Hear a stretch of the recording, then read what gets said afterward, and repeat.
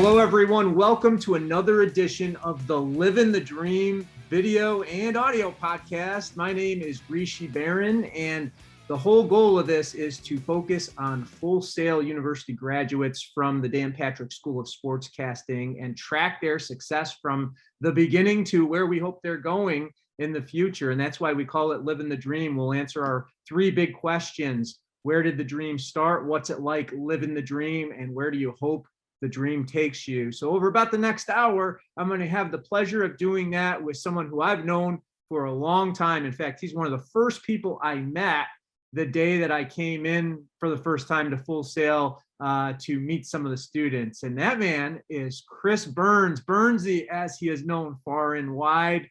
Mr. Burns, thank you for taking time out of your busy schedule to be here with us today. Thank you, Rishi. I'm glad that our first encounter didn't deter you away from Full Sail, and you stuck it out and remained there. So thanks for having me. No problem. Yeah, it was a special day. Gus Ramsey, our program director, had invited me, and this was before I got hired. I thought I was going to get hired, but he had invited me to come and meet Dan Patrick because he was there speaking during Full Sail Hall of Fame event, and it was the first for all of you who were there as students. And I got to meet, first one I met was Tyler Baronsky, then I met you and Taylor Schaub, and Adrian Donnelly and Dean Wilson were also there. So it was a lot of fun to get to talk to you before I actually even started. But we're not going to focus on that today. We're going to focus on you. Chris is the sports director at KTVO Television in Kirksville, Missouri, which also serves Ottumwa, Iowa, two different markets. How do I know it so well? Because I used to work there too. So I'm excited that Chris is in that role now. And we're going to talk about that as we go along. But first off, Chris, I want to ask you, where did the dream start for you to become a sportscaster? So a lot of people have asked me this, and it's always so funny. This dream started before I was even born, Rishi, if you can believe it or not. In 1975, actually. My dad was a die-hard Cincinnati Reds fan, and he watched Carlton Fisk in Game 6 hit the walk-off home run and fell in love with the Red Sox, and so passed it on to me later when I was born. And that's when I finally heard the voice of Don Orsillo, longtime play-by-play broadcaster for the Red Sox. And had my dad not made that switch from the Cincinnati Reds to the Red Sox, who knows what I'd be doing right now. But hearing Don Orsillo, the way he was able to articulate the game and make it just so engaging, I knew that's what I wanted to do. So my main dream is to be a play-by-play broadcaster, and who knows how we'll get there, but we're going to get there eventually. So that's where the dream originated from. That's such a cool story. You're the first one to tell me that the dream started before you were born. How did that relationship with your father inspire your love for sports? Well, sports was everything when I was growing up. And not only did he influence my love of sports, but he also showed me what it is to live a dream. My dad's dream when he was growing up, when he was a kid, was to be a cop and an investigator. And so 20 years into the policing business, he achieved his goal and became a New York State investigator. So when I was growing up, it wasn't far-fetched for people to achieve their dreams. You know, everyone always has these dreams, and you sit there and you doubt yourself. You're like, am I ever going to be able to really do my dream? You know, it sounds cool, but can I actually obtain it? Witnessing my father actually obtain his dream made it so much more believable that I could do the same thing. You know, you mentioned having that love as a kid for the game. You hear a lot of stories about people imitating broadcasters, and you brought up Don Orsillo. Your childhood, when you would watch these games, how would you connect with them and in terms with these broadcasters that were either on television or on the radio? Well, growing up in New York, unfortunately, I never got to hear Don Orsillo all that often. I was stuck with Michael Kay, the Yankees broadcaster, or Gary Cohen of the Mets. Sorry, yes, I never watched the Mets. I would watch the Yankees because I had to see what was going on with the rival. And you would just listen to them and how they described each individual event, right? Like a ground ball to shortstop 3 times in the same inning is described as something differently. And so just growing up as a kid, I just was infatuated with how they were able to describe things that you've seen 1,000 times, but make it sound so different. When did you connect that with yourself in terms of this is something that I think I can do? Probably because I grew up with my 5 sisters who didn't care about sports too much. So when they would sit down and watch a sport with me, I had a tendency of saying something, and then a couple of minutes later, the broadcaster would say it. And they would be like, Chris, this is what you should do when you grow up. And so the more they said that, the more I realized, like, yeah, like I love talking about sports. As you know, I love talking in general, right? So to get paid to talk and talk about sports while also watching the game I love is something that I've just always wanted to do. I know you've talked a lot about growing up with all the sisters in your home. How did that experience shape who you are right now? So I always preface this with the same thing. I grew up with 5 sisters, no brothers, and not to generalize any specific gender, but the sisters I grew up with, the 5 girls I grew up with, they tended to like compliments, right? And whatever you like, you also give out because that's what you want people to give to you. So you give it out expecting it in return. So they gave out to me so much compliments and confidence that I was able to just 100% be myself and be comfortable in the skin that I'm in. A lot of people at Full Sail would ask me, like, how are you so comfortable in your own skin? How are you confident? It's because I had 5 sisters tell me every single day how amazing I was growing up. So like having those 5 behind me along with my mom and my dad is something that has made me into the person that I am and made me so confident and just be able to be myself with full contentness. And that shows you the power of positivity too, because a lot of brothers and sisters aren't that positive with each other. They're putting each other down sometimes. So the fact that you had that support at such a young age, I'm sure was extremely helpful. And then, you went on through high school, and then I know that you had taken a little time to go to Finger Lakes Community College. Take us through that part of your life and how that kind of led you to where you are now. Well, Rishi, I appreciate you doing your research and getting the Finger Lakes Community College out there. I am also grateful that the one college before that I went there didn't come up, because after I graduated high school, I went to Monroe Community College. I actually got kicked out. I'm not going to lie. I was kind of a rascal when I graduated. I was a young 17, and I was ready to do a 2+2 program with 2 years at MCC, 2 years at Syracuse University.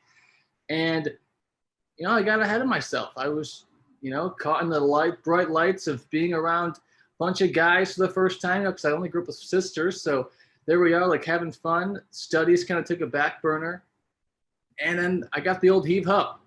And that was like a reality check, oh, are we allowed to swear on this podcast? I almost swore. No, keep it clean. Okay. So I was like, oh, shoot. Like, I got to get my stuff together here. And I went to FLCC, Finger Lakes Community College. And within about 2 months of going there, I became their basketball play-by-play guy. And that's when I was like, oh my God, like this is real. Like all I have to do is just try. Like at MCC, I didn't try at all. And here I am. And all I did was ask if I could do this. And they said yes. Like, which ignited the light once again that this is real. Like this, I can do this. And I went to FLCC for about a semester. And I was sitting in my bed on Instagram, scrolling on my phone, and it said, do you want to become a sports broadcaster? 9 times out of 10, I don't click on it.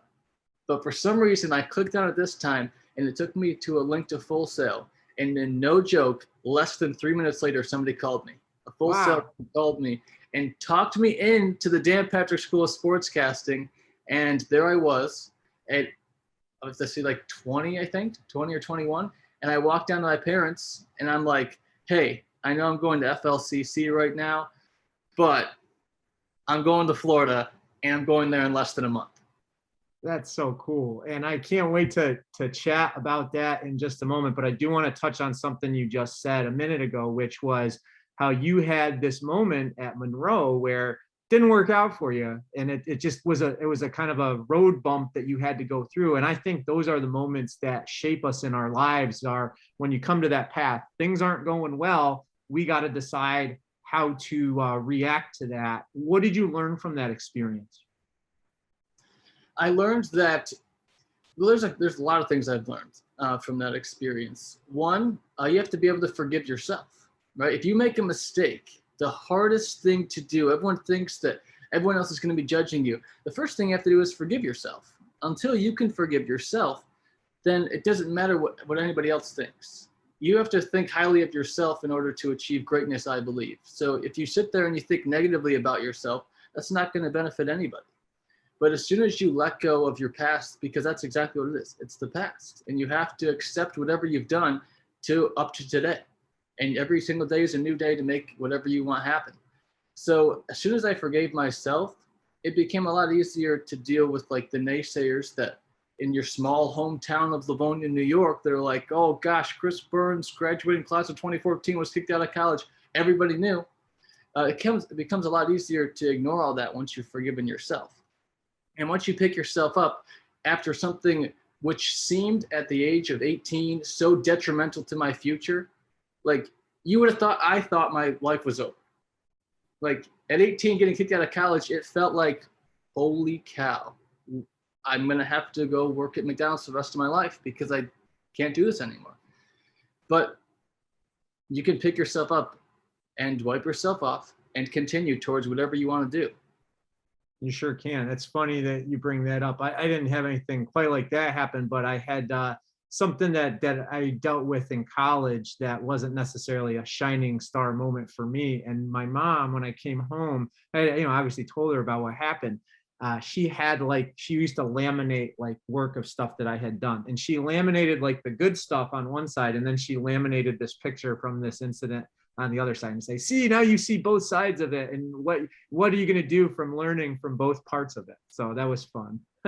It did teach me a lot as well. So you learned the lessons, you went to Finger Lakes, you got a little bit of a taste of what it was like to do play-by-play. And now you're at Full Sail. Well, before you got to Full Sail, you mentioned having this conversation. So what made you decide to take a leap into a program that at the time didn't actually really exist? Yeah, they were talking me into this program that had yet to have any of its main courses established yet, right? Like, well, even while we were going to school, we still didn't know what the final classes were going to, potentially be. So while they were talking to me about what this school could be, I could hear the passion behind it. I don't even remember who I was talking to. I'm not going to lie. But I could hear the passion behind whoever was selling me on this idea of how invested Dan was and how invested Gus Ramsey was.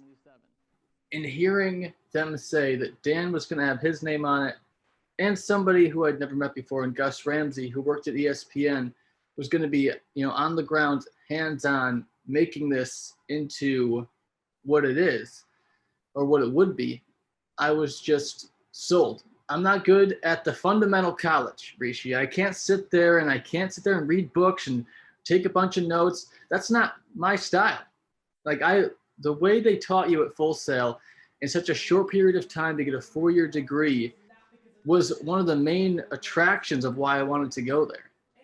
I remember Gus Ramsey telling me that he had a conversation with you and he asked you a question like, would you rather read an hour of material or watch 3 hours of videos? And you said, I'd rather watch 3 hours of videos. So yeah, some people are more visual learners. And I think that's a benefit to the school, that it tries to appease both sides and kind of try to teach the same material in a few different ways. So at some point, everyone hopefully will absorb it. So you're part of the first class there. So you were part of the first class of people who signed up. You didn't end up graduating with the first class because you went on what's known as the extended program to take a little workload off of you at the time, partially, I know, because you had a scholarship that was attached to that. But when you arrived and you are going through this program with just like one group of people to start, what was that experience like for you?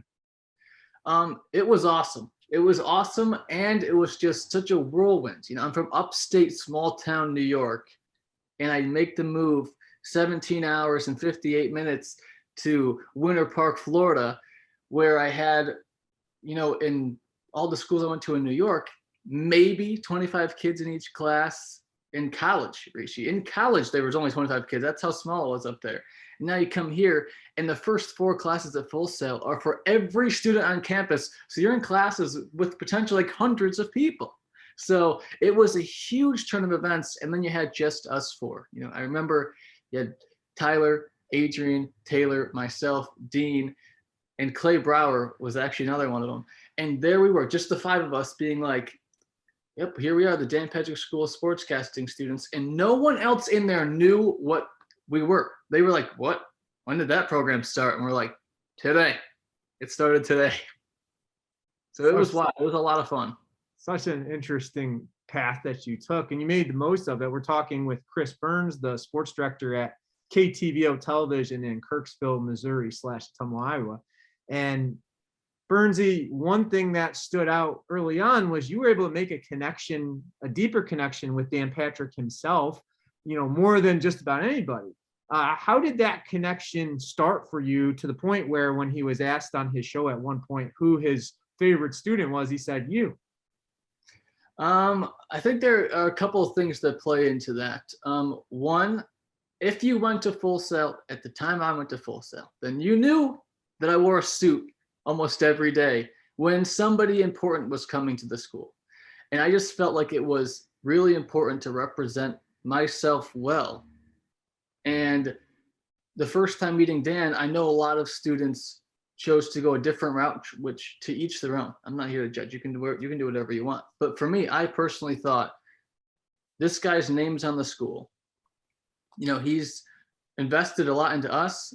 And at the same time, I also knew that we were investing in him, right? Like, we had to build this program as much as he did. And I didn't want to treat him as if he was like this superstar broadcaster. I imagined that he already gets that treatment from a lot of people in his life. So I just treated him like a normal guy. Like, I walked up there and made a joke with him, and he made a joke back. I know future, like down the line of classes, when we had to make a podcast, I walked up to him one day as a joke, and I was like, I don't really listen to your show that much. And he goes, it's okay. I don't listen to your effing podcast. So like, it was just like nonstop joking with him, because I didn't want to be so serious. Even when we had questions and answers with like Bill Simmons or Dan or other people, I asked Bill an embarrassing story he could tell us about Gus Ramsey. Like, I wanted to always keep it light, because yes, the important questions of what you need to do in the industry are need to be asked, but everyone else is asking those. So I wanted to like lighten it up. Like, not everything has to be so serious. And these guys don't want to be so serious all the time either.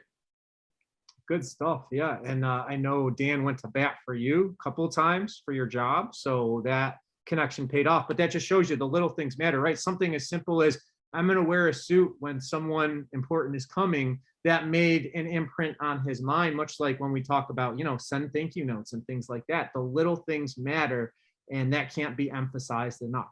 Well, Rishi, yeah, go ahead.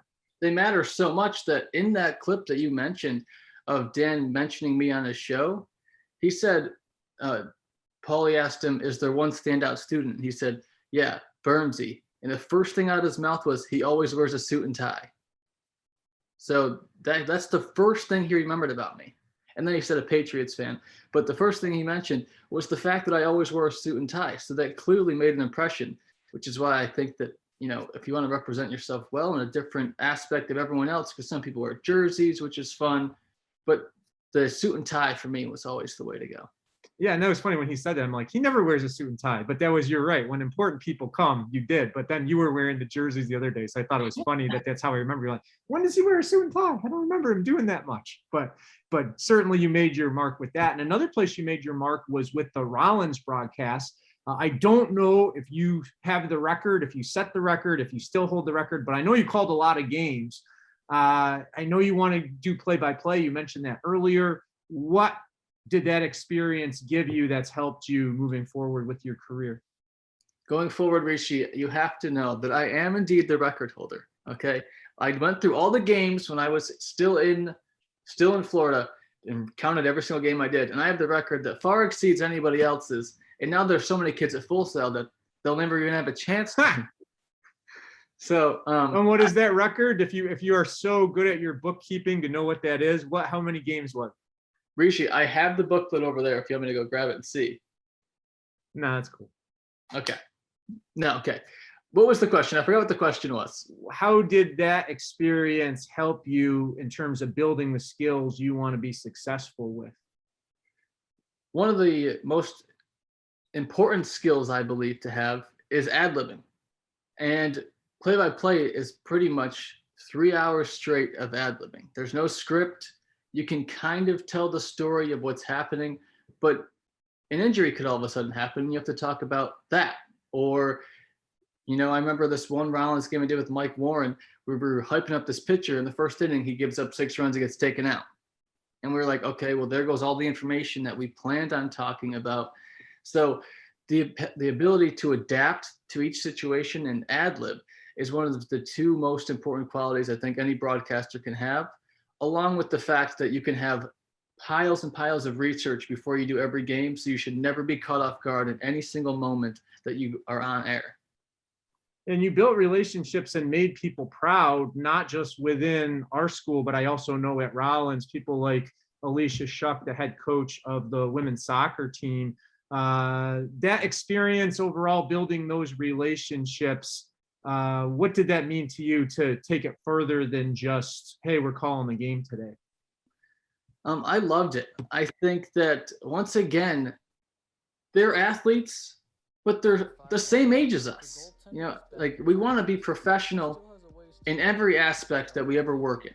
So first thing, obviously professional, but also, once again, joke around. You're talking to people the same age as you, or sometimes they're, 18, 19, 20 years old. The players don't want to be talked to as if they're Derek Jeter, right? You're asking them such serious questions. I would ask them simple questions like, what did you have for breakfast this morning? Like, what's a typical routine for you in the morning? Which sock do you put on first? Stupid, silly questions like that, because it's fun to bring up on the broadcast. It makes them loose so they're not nervous. And Coach Alicia Shuck is one of the most amazing people on the planet. She is so nice, so sweet. And creating a relationship with her, as the 3 years I broadcasted women's soccer there, was amazing, because the overturn of players would happen. And then you'd kind of go in there knowing a few of the players, but you'd look right at Alicia being like, all right, point me where I need to go here. Who do I need to talk to? So it was more helpful in that way, of her knowing her players and which one would give either the best interview or which one could be possibly the next star of Rollins. What were some of your other big takeaways going through this program, and especially as someone that was literally there from the beginning? I would like to. I almost started with the Tom Brady. I like to pride myself on a man. No, I like to believe that I was a person that did as much as I could while I was at Full Sail. I volunteered for everything that possibly came up. I did almost every play-by-play thing that we could possibly do. Beer pong play-by-play, Jenga play-by-play, Mario Kart play-by-play. Everything that I could possibly get my hands on, I was volunteering for. And sitting here today, I look back and I still feel like I didn't do enough. And it's crazy, because the people I went to school with, I know, and I'm not trying to sound like braggy, but I know I did so much while I was there. I did over 50 Rollins games. I volunteered for everything. I did all my assignments at the time the best I thought I could. But looking back, there's so much I left on the table in terms of just being more myself, taking chances, making crazy segments that will never be seen by anybody. And you can just take a chance and do whatever you want. So looking back, I feel like there's just so much opportunity that students don't realize that they have until it's gone. And then after all that fun, the hard reality of real life sets in, right? So you graduate, you're on cloud 9, you're having so much fun. And then you get to go back to Livonia for a while, right? And I know that wasn't easy. And you were talking about being, someone who was a big part of the building of our program. I remember Adrian Donnelly joked with me that he would give you a hard time, that look at Chris, you're on all these advertisements, and you still don't have your first job yet, and the school is marketing you, right? And but you did. And then you made it big eventually, and you showed us what you're all made from. But what was that period like when you had to go back home and be patient and wait for that opportunity, not to find you, but you had to find it? Heartbreaking. It was sad. It was more sad because it wasn't my ability that didn't get me the job. It was the pandemic that had taken opportunities away. And so knowing that there was nothing in my control was like, oh my gosh, that's when it started to sit in that I should have done more at Full Sail. I should have done more because now nothing's in my control. With when I'm at Full Sail, everything's in my control of anything I want to do. And sitting at home applying for jobs after the pandemic started to wane, I don't know if you can say that, seeing how it's still around, but when it wasn't as aggressive, it was just applying every single day. And I don't mean applying generically. I would make a specific reel and a specific cover letter and a specific resume for each job pertaining to whatever was most popular there. And I think a lot of people think that, oh, well, I can apply for 20 jobs by just clicking send resume. It's like, that's never going to get the job. They can tell. You can tell a generic resume between a resume that was just specifically made for a specific job. And it takes time. It takes a lot of time. So luckily during the pandemic, that's all you had was time. So it was really sad, but it was also another opportunity to show myself that I could pick myself up and continue on to this dream that I want to pursue. And now you are there. So that leads us to the next big question. What's it like living the dream right now? It's pretty surreal. It's I always laugh. The fact that I'm on TV every day, my sisters always laugh at me. And it's just something that I know while I was at Full Sail, you have it in your mind that, yes, I can do this. Yes, I can do this. But until you do it, you don't actually fully believe it's obtainable. Is it actually obtainable to be on TV every single day? You see people on TV every day and you're like, that could be me, but will it be me? And then once you get here, it's like, holy cow, here we are. It's amazing. And I'm very fortunate that all the relationships I've made at Full Sail have given me the opportunity to pursue my dream, because these jobs wouldn't have presented themselves without help from you and from Gus and from Dan. Well, you didn't get there overnight either, right? So you're doing sports now, but you didn't start in sports, and you made a conscious decision to take a job in news, working in probably the coldest place you've ever lived, I'm going to guess, in Brainerd, Minnesota. I know it's pretty cold in Livonia, but Brainerd, Minnesota, you decide to go there, and that's where you started your on-air career. How did you come to that decision to take a chance on yourself to go out there? It's pretty easy to accept the only job offer you get. So I'll preface it with that. However, it was a big decision whether or not to take a news job or wait around and find a sports job. And listening to the advice I got from you, like Flash, Mike Stinton, Gus, it was during the pandemic. We didn't know when sports were going to come back. So take the job that you can get because they offered you the job, rather than wait around a couple of more months to hopefully get a sports job. Even if the pandemic wasn't happening and I still only had the news job and there was a potential of sports jobs over here, I would 1000% take the news job again because of all the experiences that it offered me.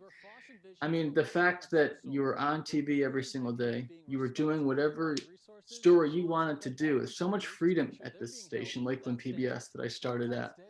And another Ryan Bowler just started there. I know another student is interested in looking there.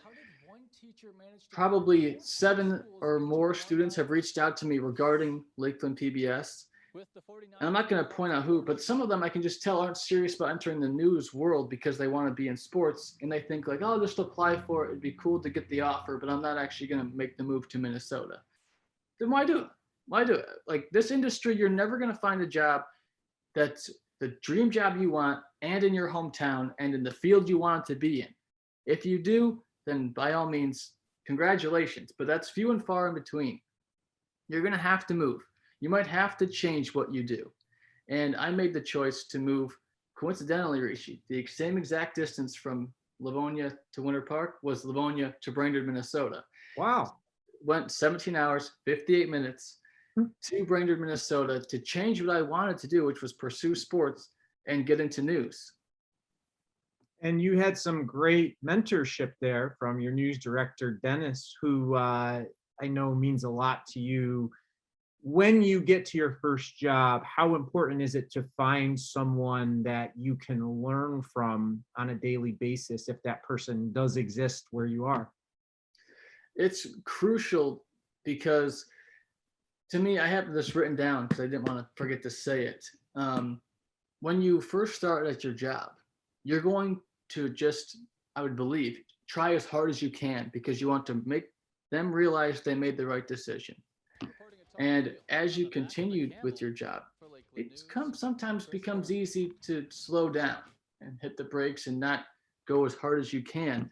But one thing about Dennis that he always did for me was he recentered me and was like, hey, I can tell like the last week or so, you haven't been giving it your all like you did at the beginning. And they'd be like, oh crap, you're right. Like I can tell looking back now that I'm not. And so in a small market that you will start out at, it is not hard to be the hardest working person in that market. It's very easy to be the hardest working person in market 200. But everybody else in the other markets above you is working 10 times harder than you are. So don't look around and be like, I'm content with being the best worker here at Lakeland PBS. Because if that was the case, no shade thrown to them, I wouldn't have been able to improve my craft that much because everybody else sometimes gets comfortable and just does the day-by-day thing. You have to hold yourself to a completely different standard. Even if your news director, and Dennis did this, I'm just saying, even if your news director didn't hold you to a high standard, when I applied for my next job, I was thinking while I was there, they could type in Lakeland PBS, Chris Burns, enter, and any one of my stories can come up. Doesn't matter what I put on my resume, doesn't matter what I put on my reel, your reel's only going to have your best stuff on there. So if they went to YouTube and looked up Chris Burns' work at Lakeland PBS, I needed to make sure that every single one of those stories was reel worthy. And that way I could get my next job. And you talked about how getting those reps and the fact that you're going to be doing more packages, you're going to be doing more live shots, all that, if you work in news than in sports to start, and getting those reps has been big for you. But how else has working in news helped you become a better sports director now? News is from someone that doesn't know news that much. I was obviously went for sports. It was harder to tell stories because I didn't know how exactly to tell a story, especially serious stories like the pandemic, or this was in Minnesota and it was right after George Floyd was murdered in Minneapolis. So there were a bunch of protests around Brainerd, a bunch of protests around the state. Then there was another person that was killed.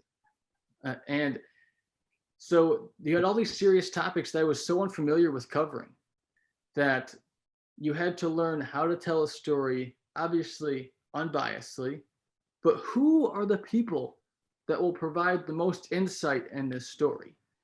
Like, you think about a sports interview, it's easy, right? A sports story, talk to the best player on the team, the coach, maybe another coach, maybe another player. It's easy. But a story like that, how can I tell a story that of an event that happened 2 hours away and all these people here are rallying together to talk about what happened? How do I decide which one of those people are either the best one to tell the story of what I'm trying to say? So I think that telling the story was benefited by news and delivering the story, because as you know, Rishi, and as many people know, I'm a very fun, I like to be funny. I don't like to be serious. But news taught me that how to be serious, because I remember when I did a Kelly Rosewell package back at Full Sail when I was talking about the Rollins goalkeeper, when I had to talk about her breaking her shoulder, I talked like this because I was really trying to be serious and sad. When I just sounded monotone and kind of borderline creepy, you listen back to it. So it taught me how to articulate the words and present them with energy, but also with seriousness. You say that every day. In fact, I said it yesterday, Mr. Burns. I was talking to a student about how to you have to inflect still. You still have to have that energy. You want to have the right tone for the serious story, But you're right. A lot of people make that mistake, that it drains all their energy because they don't want to make a mistake and sound too excited about it. But if you watch the nightly news, you'll notice that all of those anchors, they project their voice, they inflect on keywords, they just do it with the proper tone. So I'm glad you brought that up. Another thing that you do have to do in sports, but you especially have to do covering news as a reporter every day, is come up with story ideas and develop them. So I know a lot of students want to know, how do you find these story ideas every day, especially when you're in a small town like you lived in? It's funny. Ellie Davis just texted me yesterday about this. She's like, how did you find stories? And it is hard. Sports stories, looking back on it and looking on it right now, 10 times easier to find than a local news story in a small market. So I try to make friends with every single person I come in contact with. And at Lakeland PBS, we had business cards. And every single person I met, I would hand out a business card. Hey, call me with any type of story idea you could possibly think of. You might think it's not a big deal, but let me be the judge of that. Give me a call whenever. So I handed out a bunch of business cards on my first weekend there. Before I was actually on air for the first time, I walked around to all the local businesses, introduced myself, handed them a business card, tell them to give me a call. And you do the same thing over and over again. So first of all, I make it sound like it's really, really hard. It's only really hard because you also get 1,000 emails every single day from people submitting story ideas. You get press releases from hospitals, police stations, businesses of any major changes. So 9 times out of 10, I'll say 7 times out of 10, you can find a story in your email. But on those slow days where you don't get any emails that are worth any story, it really comes down to your connections in the community. I used to call the same 3 people every time I didn't have a story. The city administrator of Brainerd, who would have government stories that nobody knew yet. There was a woman who worked for a women's shelter of battered women, and she was just so ingrained in the community. She always knew of a fun event going on that nobody else knew about. And then the Crossing Arts Alliance, which was an arts place that was also so ingrained in the community that always seemed to have something fun going on. So those three people were able to help me find stories on the slowest of news days. So it's all about connections. You say that at Full Sail, it really is true. Connections, connections, connections. I agree with you. The best stories that you come up with are going to be just having conversations with people. One of them, I'll tell you, kind of a breaking story in Ottumwa, Iowa, Chris. When I worked at KTVO, I was at the YMCA and talking with a couple guys. I'd see them all the time there. We were lifting weights, and they were telling me about how all these football players got suspended from the high school and they were going to miss the next game. And I knew that I could believe them because their sons were in the school and all that. So they literally told me how many players it was and everything. So I called the athletic director and I asked him about it. And I think I may have been off by like 1, but he's like, well, you don't have the right number, but you're pretty dang close. And then I walked into the locker. I used to go and interview the coach at Ottumwa, who I don't think is still there, but his name was Tom Kopatich. And he had kind of a reputation of being kind of a hard-nosed football guy, and not everybody loved interviewing him. I had a pretty good relationship with him, but I would generally go the same day every week to do an interview with him. And I had already actually interviewed him that week, and I think he forgot that I had. So I came into the locker room to ask him about this story. And he's like, all right, you want to come and do this? And then I started asking him about all the suspensions and stuff. And he basically kicked me out of the locker room. But I had this great story to go on the air with. And I couldn't mention anybody by name because they were high school kids. And our news director decided we weren't going to do that. But I knew exactly who was out of the game based on just talking to people at the YMCA. And we had the story nobody else had just because of it. So it's amazing how those conversations can make that happen. So Rishi, yeah, go ahead. That you got kicked out when you asked a couple of questions. It reminded me of another thing that the news world had taught me. If you have time for it, do we have time for it? Yeah, go ahead. Okay, so there was a person who was killed in a town near Brainerd, and that was like huge news. Stuff like that never happens in this area. And so my news director said, under no circumstances can you come back from the police station without an interview. And so I was like, okay. So I go to, oh, sorry, I'm getting a phone call right now. Sorry. Okay. So we go to this police station, and this cop is just absolutely refusing to talk to me. Just doesn't want to, acts as if he's not even there. Right. So I can see his car is parked outside because it says Chief of Police on it. So I know he's there. And so I'm trying to come up with creative ways of how to get him to come out and talk to me. So I walk in after placing like 7 phone calls within a matter of 30 minutes, asking when he would be back. Talk to the receptionist, and I'm like, is the chief of police here? She's like, no, he's not. And as we were having this conversation, he snuck out the back door, gets into his car, and drives off. So now I'm like, this is just ridiculous. Like, I call my boss. I'm like, Dennis, what am I supposed to do? He's like, tough. Like, figure it out. Like, this is one of the biggest stories we'll have while you're here. You have no choice but to get a package for this. And so now I'm starting to get nervous because I'm like, who knows when this cop's going to be back? Maybe he's just going to purposely not come back. So I'm sitting there and I'm trying to think of who can I talk to? Who can I talk to?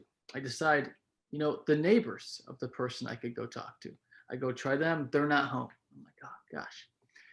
Go back to the police station. Long story short, I can see that he's once again returned. So I walk in, ask the receptionist if he's there. She's like, no, he's not. I'm like, oh, that's too bad. Do you think you could send him a text to let him know that I'm here? And she's like, sure. And I'm like, okay, can you do it right now? And she's like, sure. So she has her sound on so you can hear it type, type, type. And you know, she has an iPhone, so you can hear when it gets sent. And so I can hear that she hasn't sent it yet. So I'm like, do you mind pushing the send button so that way we know that, you know, he's going to get it? As soon as she clicks that in the other room, ding. And I'm like, you can let him know that I'm sitting out here and ready to talk to him whenever he's ready. And did he come out? He walks out. He's like, oh, you pain in the ass. I'm going to like, and he's like getting so pissed. And he's like, let's do this really quickly. Nice. So to get the interview done.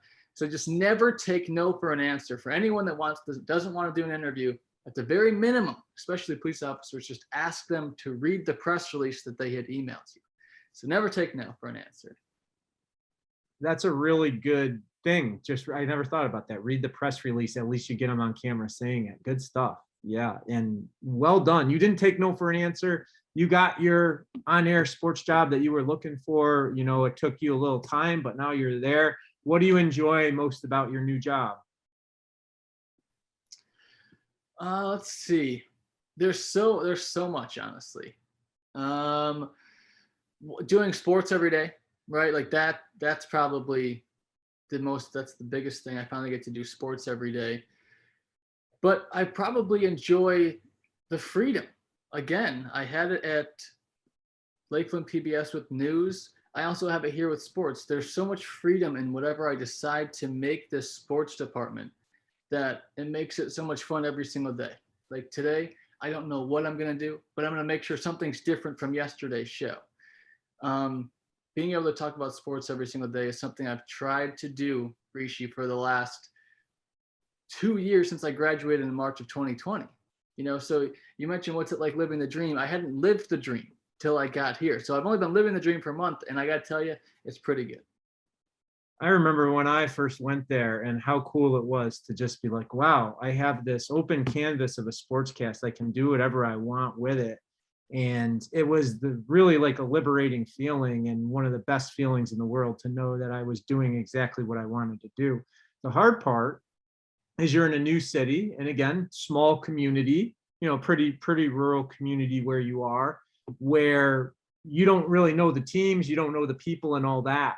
So what has it been like adjusting to being in a new town and having to kind of start all over again and learn what's important and what viewers want to see? It's a lot of listening, right? Like a lot of people, you know, when I took this role, I know some of my friends were like, all right, what are you going to do with it? And I said, well, I don't know yet. I don't know what I'm going to do with it yet because I have to figure out what people like. So starting out, I've worked here for about a month plus, a month and a half maybe. And right now it's just a lot of listening to some news directors, some sports reporters. Both the sports reporter and the weekend sports guy have been here for multiple years. And so I'm just listening to them right now. Like, what do you usually do? What do you see that works? What do you see that doesn't work? What would you like this segment to be? So as much as it is like my sports show, it's not really my sports show. It's all of us. It's all three of us. So I listen to them for their ideas because I don't know what this community wants yet. I don't know these people yet.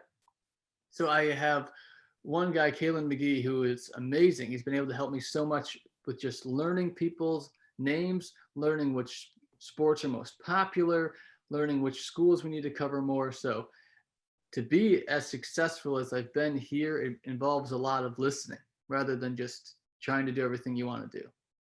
How do you make, covering high school sports and things like that, where people may not know the players as well other than the parents watching, how do you make that interesting to all of your viewers every day that you do the show, instead of just saying names and highlight for everything? That's another great thing that I learned in news. Target audience is everybody that's watching. This story has to do with this percentage of that, like a very, very fine, minute part of the entire viewing people that are watching. You have to make this story relatable. And how do you make sports relatable to people who don't like sports? Everybody loves a story. They love connecting to people, right? So in order to tell a story, they don't care that, this school is about to win the state championship. But if one of the players has like a really good story, like I remember in Minnesota, there was the men's head coach was the dad of the goalie, and they finally got to work together and they went to the state championship. The story wasn't that this team finally made it to the state championship. The story was that the dad and the son were on the same team for 1 year and 1 year only, and they made it to state. That's how you connect everybody that's watching, rather than just connecting sports fans. You include the sports, right, because they made it to state, but you include the connection where anybody that's watching can be like, I have a dad. I can relate to that. Or, if it's an older demographic, like I have a son and I would one day like to participate in something that will mean the world to my son. So it's all about the connection you can make between the viewer and the people you want them interested in. We're talking to Chris Burns. This is the Livin The Dream podcast. You just mentioned connections. Let's bring this back to the beginning where you started with your sisters and kind of the influence they had on you. How has connecting with people helped you professionally?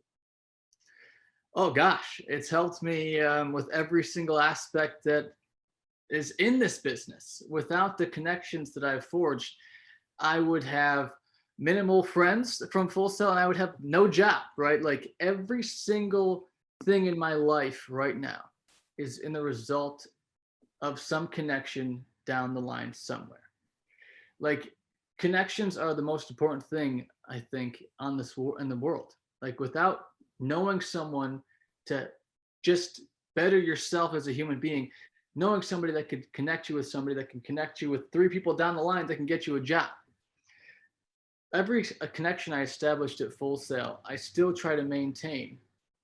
And a lot of people, the way they look at relationships is a two-way street. And it is. It is a two-way street. However, just because someone doesn't reach out to you first doesn't mean you have to just not go down that bridge.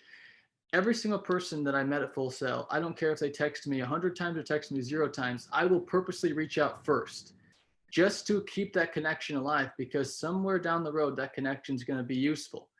So whether it's you or Gus or Dan getting me a job to start out, it could be people like Taylor Schaub, Carson Farrell, Will Pruitt getting me my next job, right? Because they are now having their own connections in the world. Will lives in California. He works for Fox Sports. Taylor lives in California. Carson lives in Connecticut. Noah Matthews lives in Florida. Mike Warren lives in Philadelphia, along with Carly Ford. Everyone from Full Sail is all scattered around. If you don't keep these connections, how are you ever supposed to get your next job? Like if I want a job in Connecticut, I know the first person I need to go to. Like I know that when I leave here, I want to go to Nesson. Like that's one of my next steps in my career. And I already know Tyler Bronski is going to be on speed dial when I start looking for jobs there. And without that connection, you're just going to be calling him and saying like, hey, haven't talked to you in a couple of years. Want to help me out? That's shitty. That's bad. You don't want to just call someone for a favor, right? You want to make sure that you're friends with them and you're connected with them. And then they're not only doing a favor for just a full sail graduate, they're doing a favor for a friend. Well, you kind of led into what was my next big question, but I'll go there anyway, Chris. My next big question was, well, where do you hope that the dream leads you next? Like, what's the next dream you're chasing within the dream you're already living?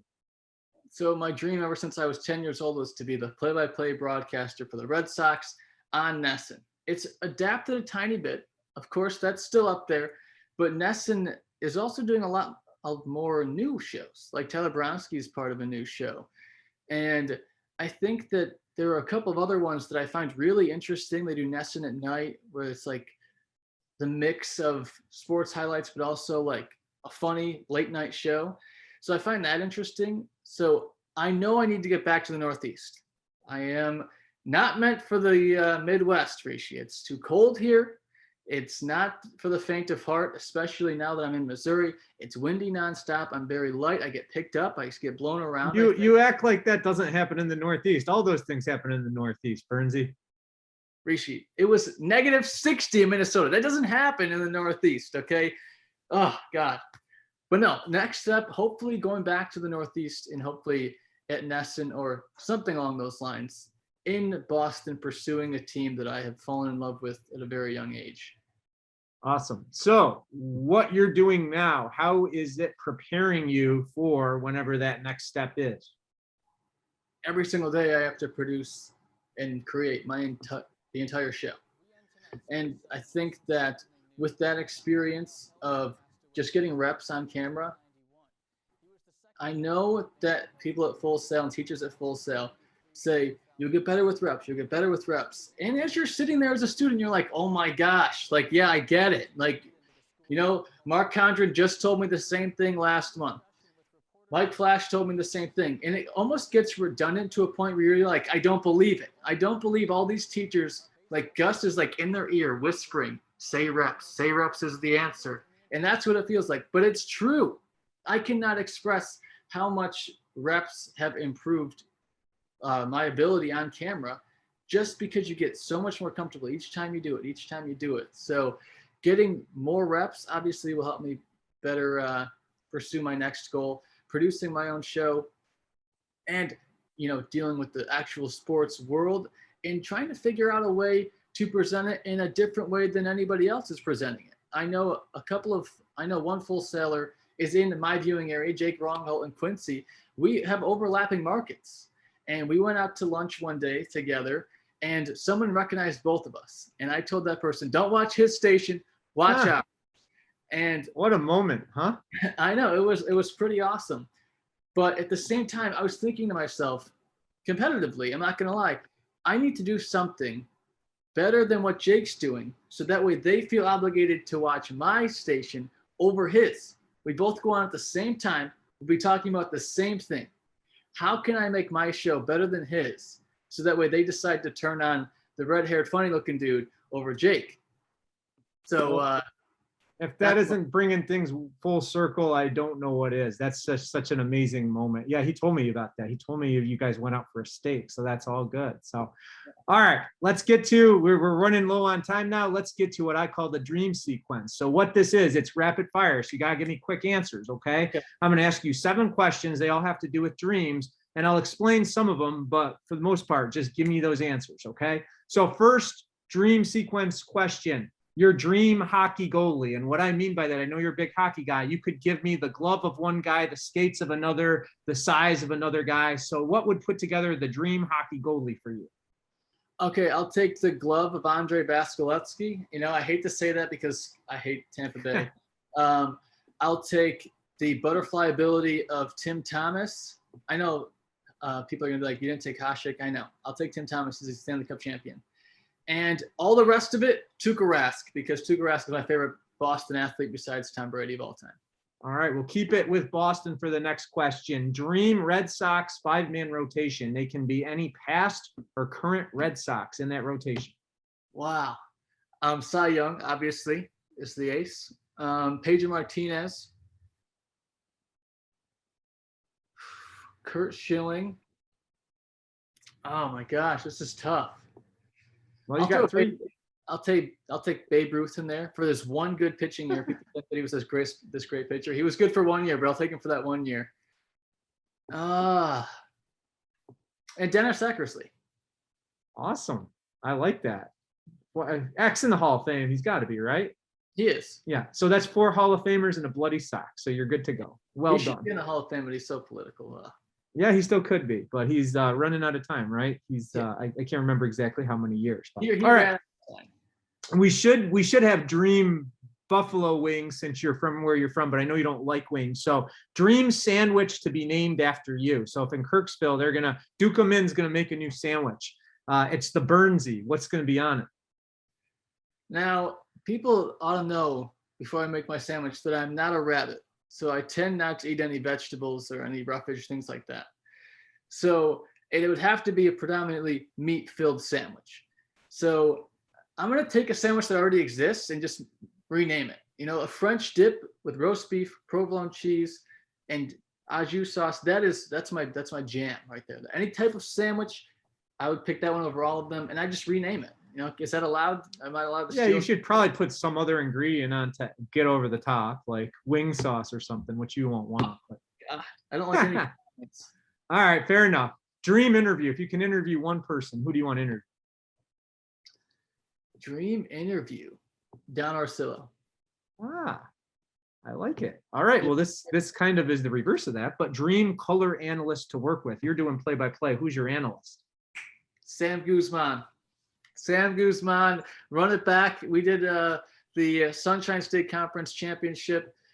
Rollins wasn't able to pull it off. Heartbreaking. But bring Sam Guzman for a soccer game. If it's a baseball game, I'll take Mike Warren. Awesome. I like it. Keeping it full sale. Love it. All right. Dream house. When you're making John Garlock money, you can build a house like he did in Kirksville. Dream house. What's it got? It's got a par 3 course that doesn't let anybody else keep track of my strokes. It has a pool with a shallow end because I'm not that good of a swimmer. A fireplace. Has to have a fireplace. It's mandatory. Definitely a man cave with a wall that is just one TV, and on the opposite wall, like a bunch of little TVs to watch a bunch of different sports going on. And a room dedicated to all my Boston memorabilia that's hung up behind me, as you see. I like it. Final question. Dream vacation. Where are you going? Dream vacation, Boston. Every time. That's like the Kyle Orton answer, who is from Iowa, when he said, "Oh, dream vacation, Iowa." That's like I know you're not from Boston, but Rishi, that's fair enough. On this planet that is like the city of Boston. Have you ever been, Rishi? I have. I enjoy right, it. Well, there's no one on this planet quite like Chris Burnsy Burns. So I want to thank him again for joining us. One last quick thing. Anything else you want to add, Chris, before we wrap? Just volunteer for everything at Full Sail, and if you're trying hard, try harder. All right, keep on trying hard. Keep watching the Livin The Dream podcast. We'll be back with another great guest sometime very soon. Thanks again to Burnsy, and for the rest of you all, keep on living the dream.